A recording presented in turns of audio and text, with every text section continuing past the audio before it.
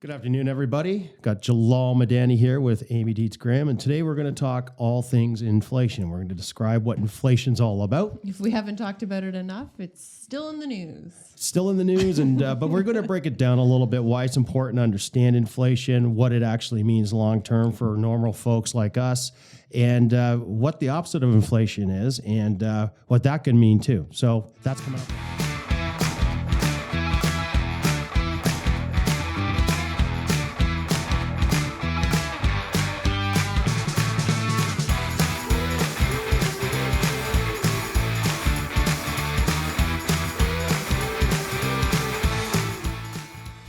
So, Jalal, on your next date, if you tell your date you talked about this topic, boy, oh boy, you're going to have a great evening because the juices will get flowing. I'm totally going to be ghosted. Because today we're going to talk about inflation. She's totally going to leave me in the middle of the day.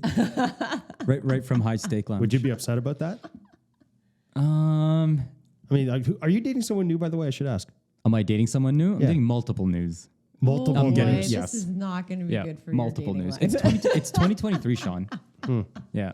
How do you do it? All right, boys. Multiple phone numbers. Inflation. So there's two main types of inflation. Okay, one is called headline inflation, which we'll describe in a moment. The other is called core inflation. In the Bank of Canada and other central banks of developed economies follow one more than the other. Mm-hmm. But let's talk about headline inflation. And the simple definition of headline inflation, it's the inflation. It's inflation related to all the economy's goods and services and commodities. Encompasses anything basically encompasses anything you can necessarily buy in an economy. Mm-hmm. Okay, yeah. Which is, depending on the type of country you are, it's pretty important to measure that. Like, for instance, if you're a developing country, where a significant portion of your household budget goes to housing, food, and fuel, it may be a very relevant inflation number to watch. Mm-hmm.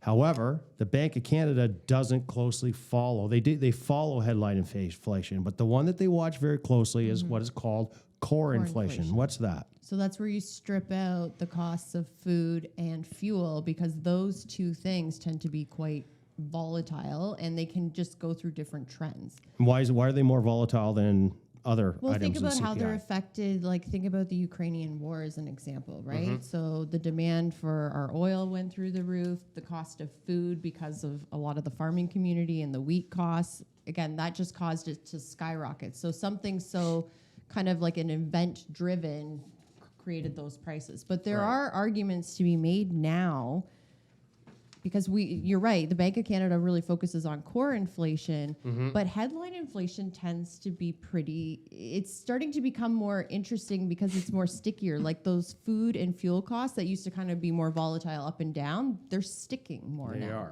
They are. And that's why you're hearing governments are having conversations with all the grocers to understand why our food costs just kind of keep going up. But again, by sticking, you meant like they're becoming more entrenched in the economy. Yeah. So it's not as like cyclical as it was before, or just like event driven. It's tending to be more sticky, and with population demand and growth like that, there's arguments. Some economists are saying, like, is it right that we only focused on core, and maybe we should be paying a little bit more attention to a headline as well? So I think traditionally you'd exclude food and fuel by extension, but food specifically out of the actual core CPI number, because the overall belief was that the major fluctuations in food prices were predicated by things that are well outside the bounds of the Bank of Canada's control, like commodity prices internationally, weather events internationally, and so forth. But what we're seeing in food prices is other elements of the core CPI impacting the cost of delivering the food from its, let's say, creation, whether it's being picked off a tree or it's being, let's say, food processed at a food processing plant and being transported ultimately onto the grocer's shelves. Like, for instance, if you look at core CPI, one of the main components is transportation costs. Transportation costs, one of the main components of transportation inflation is fuel inflation. Well, the groceries, like things in the grocery store, just don't find themselves there by themselves. They have to get transported there, right? So that's a big thing. It's important to know the difference, because when you hear the media talking about it, sometimes you're hearing like, oh, core inflation is gone down, but headline inflation is up. And you know, you need to understand what's being included and not included in those numbers. Well, if you look at another main component of core inflation is airline fares.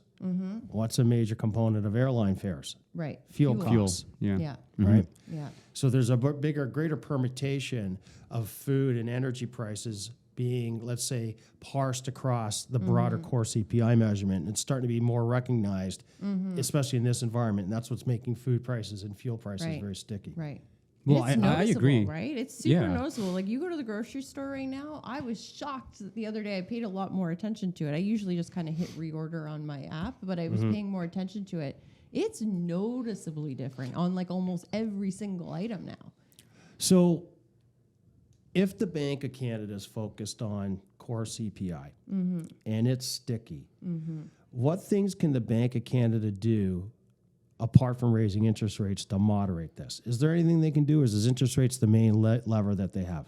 Seems to be the main lever that we're leaning on is monetary policy. But, you know, we started to talk a little bit about this, about the lag of time. Like when they do that increase, you're not feeling it right away. And in fact, you know, it's usually around, what are they saying on average now, 16 to 18 months. But it's variable. It could be as short as 4 months. It could be as long as 29 months. That's the challenge the Bank of Canada has right now. It's almost like when you're getting in the shower, right? And you're trying to get the temperature right, and you don't want to turn it too far. You're going to burn yourself. So they're trying to do it in increments. But again, because of the variability of they don't know how much you're going to feel it and when, that's the challenge we're in. And we happen to be in around the timing of this broadcast, 16 months after the first rate increase that was imposed by the Bank of Canada in 2022. So, okay. Which is interesting. So if you actually think about that, so if we're just feeling the impacts of those early ones, so now the question is, have we gone too far? Have we gone far enough? We don't know. But when you kind of look around and just say, like, are people starting to change behavior? Because if you think about it, we were in a low interest rate environment for 10 years. People got entrenched in cheap money, spending.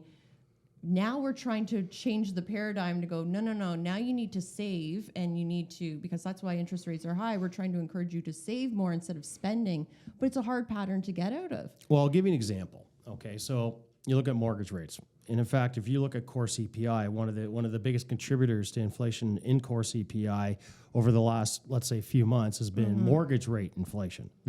I think it accounts for almost a third of it now in terms of inflation in Canada. And a lot of folks, like when you look at a lot of people with fixed rate mortgages, the largest expense that they have in terms of their day-to-day lives, because it's part of their housing costs, is their mortgage payment. But the interest component of their mortgage payment is actually quite small. Right. However, when it comes up for renewal, which a lot of mortgages in over the next year to year and a half are going to be up for renewal in a totally new interest rate environment, even though housing remains a very large component of their overall expenditures, the interest component is going to be almost 3 times what the average fixed rate mortgage owner was spending in interest. That's going to bite. Yeah. So in other words, without going into hard mathematics, let's say you're paying $1,000 a month on a $500,000 2% fixed rate mortgage. Well, now you're going to be spending $2,300 a month on a $500,000, 6% mortgage. Right. That's literally the magnitude. The numbers might not be absolutely correct, but that's the magnitude of the expenditure. Yeah. Those dollars have to come from somewhere, Exactly. right? Right. So that's why you see the lag of anywhere between 6 and 18 or even 30 months Yeah. after a rate increase, because it has to flow through the economy in that manner. Right. Right. But if you start to look around, like I've noticed this kind of anecdotally, just looking at clients' behavior, there was a period of time where a lot of people were buying rental properties, right? As an investment purpose, right? Because you were getting a low rate mortgage. You were able to get somebody in, the tenant, and the tenant was essentially covering the mortgage cost. So it was a thing of beauty. They didn't have to put in any of their own capital. It just kind of carried itself. Well, now that's not the situation. And if you have an older building, you can't increase the rents to keep pace with the interest rate rises. You're actually seeing people start to unwind those situations. Like they're selling off those rental properties. And that's why you're seeing more condos coming onto the market, because people are going, do I want to keep holding on to this? Because it's costing me money every month. Well, what's happening is, you're engaging into a housing market, because most let's say mom and pop rental owners engaged in the rental market. Canada has actually, as it relates to housing prices across the G7, the highest housing prices I know. in the world. Isn't that hard to believe? Huge. In the world. In the world. In the world. Like we, place. if we almost have, I think our average house price is almost 2 times as high as the average house price in the United States. Jeez. And use your eyeball test. I mean, you could buy a beautiful home in Dublin, Ohio, like probably 3,000 square feet on, let's say, a half-acre lot. It may run you on a dollar-to-dollar basis somewhere in the neighborhood of $400,000 US. The equivalent house anywhere in the GTA is going to run you about 1.3 to 1.5 million. So you use your eyeball. So if you're investing in real estate, because of the price you're having to go in at, your cap rates, effectively what you earn from the rent as a percentage of your acquisition costs is really low, like as low as it's ever been. And your financing costs are as high as it's been in 30, 40 years. Right. The economics don't work. Right. And this is just at a time when we have a lot of issues around housing. So Yeah. it's going to be interesting to see how that unwinds. But let me ask you, like the central bank, Bank of Canada has raised interest rates consistently for a year and a half. Do you think it's working? Like, are we seeing things slowing? Again, I think because of the lag effect, I think you're starting to see it work. Like, again, I think people's behaviors are starting. People are becoming more mindful. People are, at least the clients I'm talking to, are well aware of their borrowing costs. Some are very well aware of when their renewal dates are. We're doing a lot of updates on financial plans to kind of stress test the case to see what it looks like. So I think it's starting, but I don't think we felt the real brunt of it yet. I think that's to come. Do you think the Bank of Canada wants to see zero inflation in the economy? No. No. Of course No. not. Why would that be? That's why we have that 2% target, right? That 2% target. Like there's a reason why, and I don't know if we've ever talked about that, like why the government tries to, or the central banks try to target that 2%. They want to remove that variability, because if you're a business owner or you're an individual and you're trying to plan, you want to have some consistency. Yep. Right? And so when you have these big swings and they're going up and down, and it's hard to plan because you just don't know what you're going to have. And that's why they were so good when they started using monetary policy to target that 2%. They did it really well for a long time, and then we had really low. Yeah, the central rates. bank will always refer to that as price stability. Yeah. You know, it's critical to businesses planning out their business plans and how, whether or not they're going to make acquisitions down the road, where they're going to invest in business, so forth. So a little bit of inflation is important. The other reason inflation is important in the economy is it encourages spending. Right. So in other words, you have a choice. If let's say you have capital to spend or invest or whatever, if you have a choice between spending today or tomorrow, if you feel prices are going to be higher tomorrow than they are today, Right. you're likely going to make the purchase decision earlier rather than later. And that's Right. critical to keeping an economy going. Right. Versus the opposite of inflation is deflation, which is devastating to an economy. Right. And that's a Right. scenario where prices are habitually falling quarter over quarter Right. or year over year. That's even harder to stop than inflation. Yeah. And that's devastating because if you're a consumer and you want to purchase something and you feel it's going to be cheaper 6 months to a year to 2 years out, you're not going to gonna- delay that purchase rather Exactly. than doing it now. Yeah. So that is demand not what, demand goes down in that case, for example, for Yeah. whatever commodity or whatever product, and then supply, because demand's down, supply's up, and then companies have to drop prices so they can get rid of their supply, and then it just spirals downwards. Yeah. they I call can that a only assume. deflationary spiral. Okay, I didn't know that. that. Okay. That is not something an economy. No, it like- definitely just sounds devastating. As you yeah, said. you don't Yeah. want that. So Yeah. but the risk of rapidly increasing interest rates, we hear it all the time, is that you could teeter the economy into recession. Because like you kind of alluded to this, when you're a central bank, be it the Fed or the Bank of Canada or the European Central Bank, when you're managing monetary policy, it's akin to driving a car down a road, but all you have to guide you is what you see in the rearview mirror. Right. You don't have anything. You can't see forward. You don't know what's going to happen. Yeah. So they're doing a very delicate tightrope walk, because at the end of the day, they could raise rates to such an extent that you could tip the economy into actually, let me back it up a step. We're very likely going to go into a minor recession Okay, that's my The personal question view, will not be the view when, 'cause National we've been Bank. talking Yeah, about this yeah. for like 2 years, a recession. It's starting. I know. It's starting to roll over. It's starting. But there is a risk that we could go into something more serious. And when that happens, that's when you get into a deflationary spiral. There's another outcome too, and that's called stagflation. And stagflation is simply that you basically have risen rates in the economy, you've stagnated the economy as a result of it, Yeah. but inflation remains persistent. Right. So you have very limited or zero economic growth in an inflationary environment, Right. which is really bad. Not as bad as deflation. It's the second worst because you have prices that are steadily increasing, but the purchasing power within the economy is not there. Right. Right. So you're losing ground, Yeah. which is an unsustainable type Right. of economic Right. circumstance. Right. Gotcha. So I had a question for you guys. Mm-hmm. So bringing it back to clients and all that stuff. So for example, in the inflationary environment that we live in right now, right? Bank of Canada and the Fed saying that rates might stay high for longer than anticipated. Higher for longer. That's the new headline that we read every day. Now. Yeah, it is, right? It is. And there's a high chance both the Fed, for example, speaking about North America, both the Fed and the Bank of Canada might have to raise rates at least one more time from now till the end of the year, 2023. I'm sure you guys have, and you probably know people or clients or whatnot that that are thinking about retirement in the next year to 2 years to 3 years, right? They had, like, for example, some kind of financial plan. You probably worked with them on a financial plan to, let's just say, I don't know, sell a house, buy a property, whatever it is, whatever was part of that financial plan. Yeah.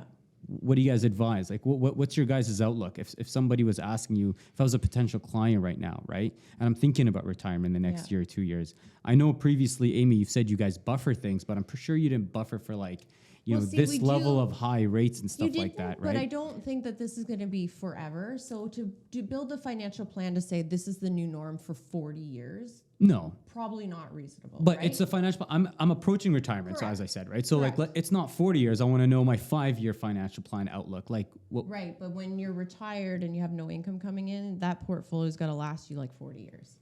So to us, when we're modeling, I'm not going to model a 7% inflation rate and go, that's normal for 40 years, because it's just not. Oh. However, what you can do is you can model.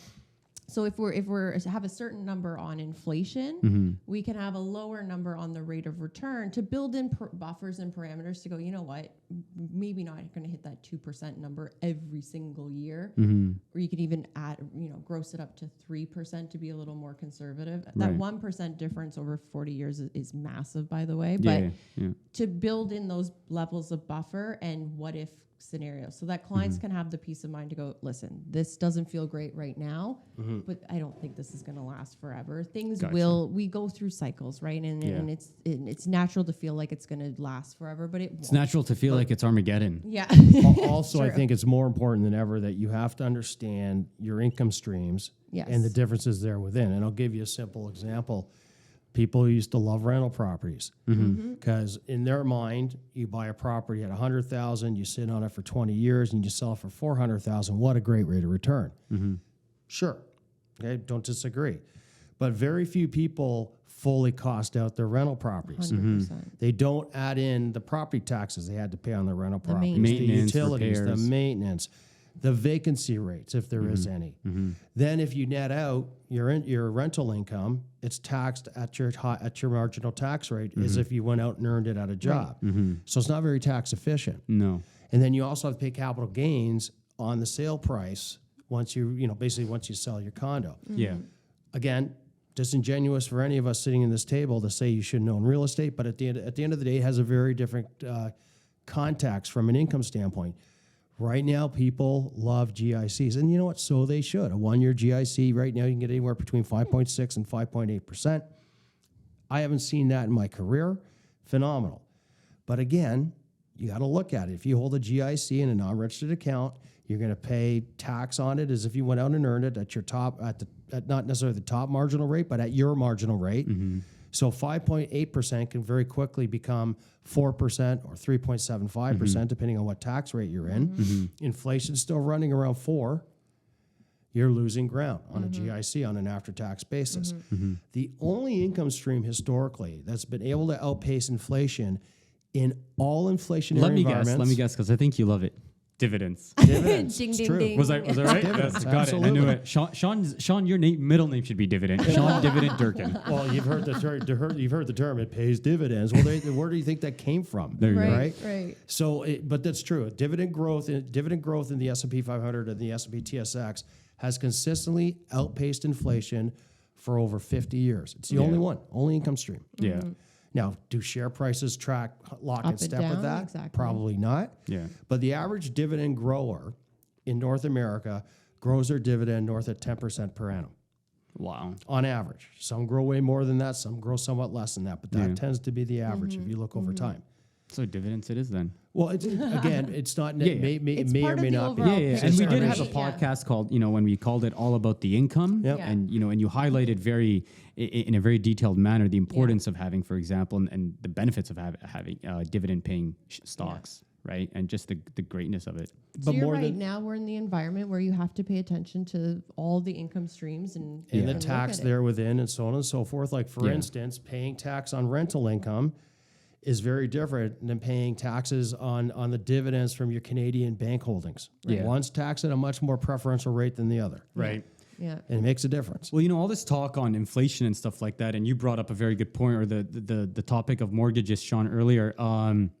You alluded to it too, Amy. I really want to bring back Teresa to talk about, because what I'm reading a lot in the news right now is banks, right, and their credit. And their credit losses face. And Jamie now, Yep. I think it was this morning or over the weekend, Jamie Dimon was saying, like, you know what, I wouldn't be surprised if rates hit 7%. He's like, I think Jamie Dimon, I think a year ago or a year and a bit ago, he said they're going to hit 5 or 5.5. He's like, nobody believed me. And now we're at 5.25 to 5.5, I believe, in the US. So I want to really speak about that, because this is tied to inflation, right? Because mortgages, inflation, cost of living, people can't afford their mortgages, people can't afford their houses anymore. Right. Or even loans, commercial loans, corporate loans, whatever types of loans. Yeah. Mhm. Banks now face these losses, these credit losses. So, and I know we have Teresa with us at National Bank, but I really think it'd be We should do that as another topic. like how is I'm not saying any Canadian bank's gonna go bankrupt or whatnot, right? You and I, Sean, have spoken that the chance of that are extremely rare. But how is it going to look like? What are banks facing at a technical level? How does that look like to the average consumer? Without going into extreme detail, Canadian banks are amongst the best in the world at understanding their loan books, predicting using algorithms and models how much default they're going to have. Well, and and, then, rules were introduced to make sure that people, when they were applying, were able to qualify at higher rates, even despite rates being low. Yeah. You had to be stress tested. Yeah, but at the stress higher test, did it take into account these high rates, though? Right. And Well, this new cost mor- of new- living in Right. general? But Jalal, this new is the mortgages are actually accounting for the new high rates. They are. And here's the other thing. People, this is why we have to talk about, you have to manage your expectations. If those costs are going up, most people are going paycheck to paycheck, right? Okay. So if people need to kind of curb in some of their spending, and there's still, like, if we look at travel numbers, people are still traveling a ton right now. Well, you're going to have to make the decision. You can't go on these wonderful trips if you can't pay Well, for That's people it. are why- like, go ahead. And that's why the economy slows, because you're going to have to make choices, because there's like people very rarely are people going to, let's say, default on their mortgage as their first line of sight before cutting elsewhere. You need a roof over your head. But back to the Canadian bank point, and maybe it's warrants a further discussion, but they will allocate an amount of money to a portion of projected loan losses. They'll be overly conservative on it. And if like any other time in history, including 2008, 2009, when the loan losses don't come in like they projected, I'm using air quotes around projected, they'll add that money back into net income. So the Canadian banks have been, at least historically, very adept at managing through these kind of periods. Yeah. I don't doubt it. I just thought it would be a great topic to, just because it ties in with mortgages and inflation, like I'd be in what for we that. spoke we spoke about So, today. Jalal, you got some talking points for your date time in between the appetizer That's and the main exactly what I'm going to course. talk about, Sean. That's exactly what I'm talking about. Let's go talk about the inflation of the glass of water that I have to get the girl Yep. Awesome. or a bunch of girls. Till next time. Thanks, everybody.